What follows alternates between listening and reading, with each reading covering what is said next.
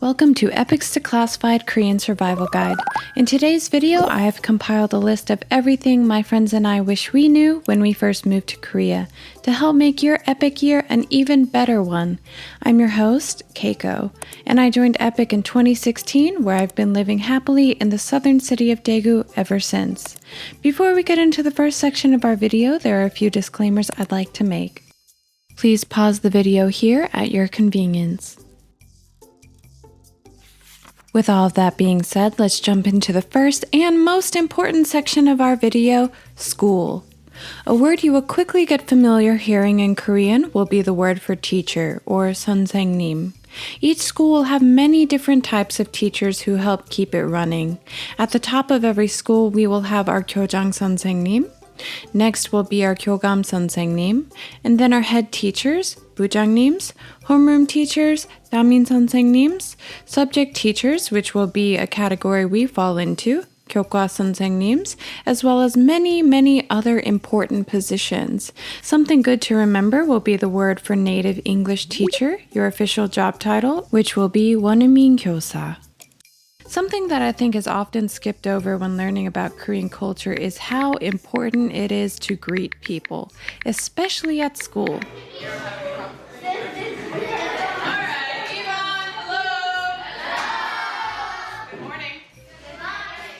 The mini bow is going to be your best friend, whether you're getting food from the lunch staff or passing a homeroom teacher you've never met before. It would always be good to say 안녕하세요 and give a socially polite mini bow. There's only one instance that I recommend putting a little more effort into it. 안녕하십니까. 안녕하세요. 안녕하십니까. 선생님들 잠깐 시간 좀 되십니까? 네. 네, 교감 선생님 오셨어요. 네. 예. 선생님들 좀.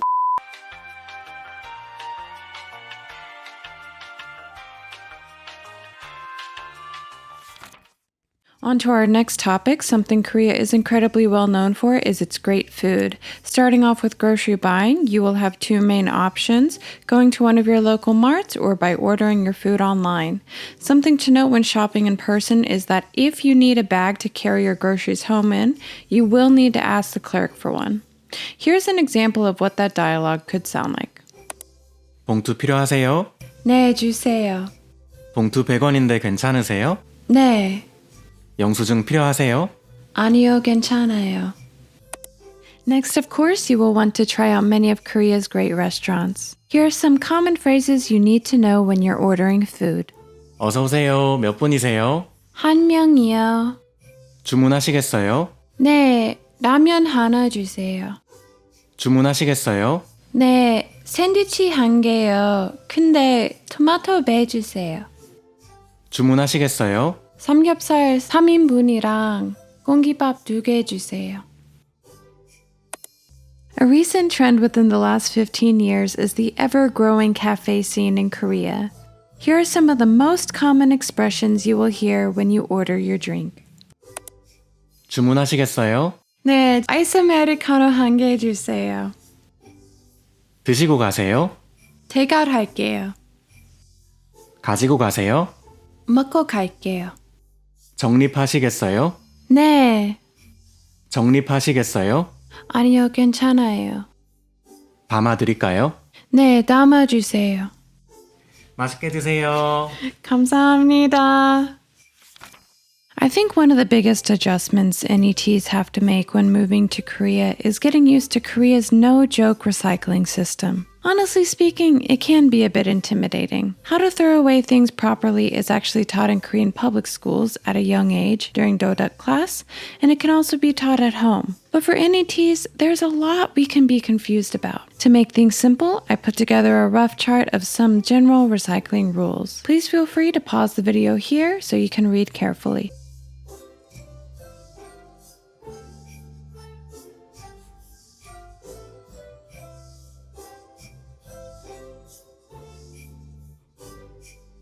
Next, unlike in our home countries, when we buy trash bags in Korea, we should purchase them from an appointed seller.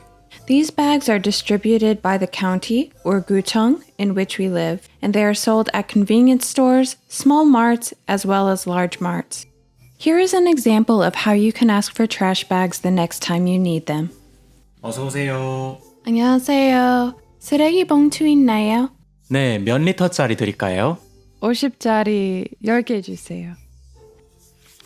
In this next section, we will talk about useful phrases for getting around locally. First, to ride all public transportation in Korea, you will need some sort of transportation card. When you first create your bank account, you can ask the bank worker to make your check card function as a transportation card, or you can buy a separate card and recharge it at the convenience store. To top off your card at the convenience store, ask the clerk by using this simple phrase. 안녕하세요. 이거 충전할게요. Next, chances are at some point you will need a taxi. Here are some helpful expressions you can use the next time you're grabbing a cab. 안녕하세요. 대구 교육청으로 가주세요. 기사님, 여기 내릴게요. In this next section, I especially encourage you to take notes. Getting sick in a foreign country can be a really scary thought. Fortunately, when living in Korea, the healthcare system is amazing. It's so fast and very inexpensive, and I hope it won't be something that intimidates you. In Korea, there are 3 levels of hospitals. Level 1, which are neighborhood clinic styles. Level 2, which are actual bigger hospitals. And Level 3, which are university hospitals, which are places I don't really think most of us will be going.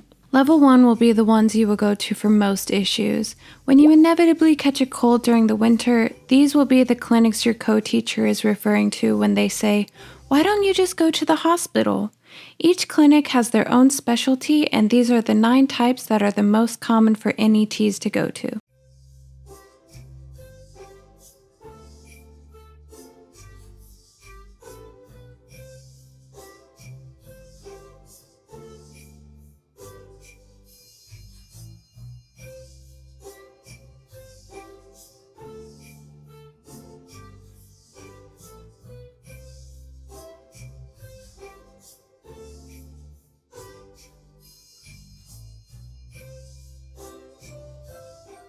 Please note that Level 2 and Level 3 hospitals do have ERs if you ever need, which do not require a reservation. Here are some helpful phrases to know for the next time you go to the hospital. 저희 병원 오신 적 있나요? 네, 있어요. 저희 병원 오신 적 있나요?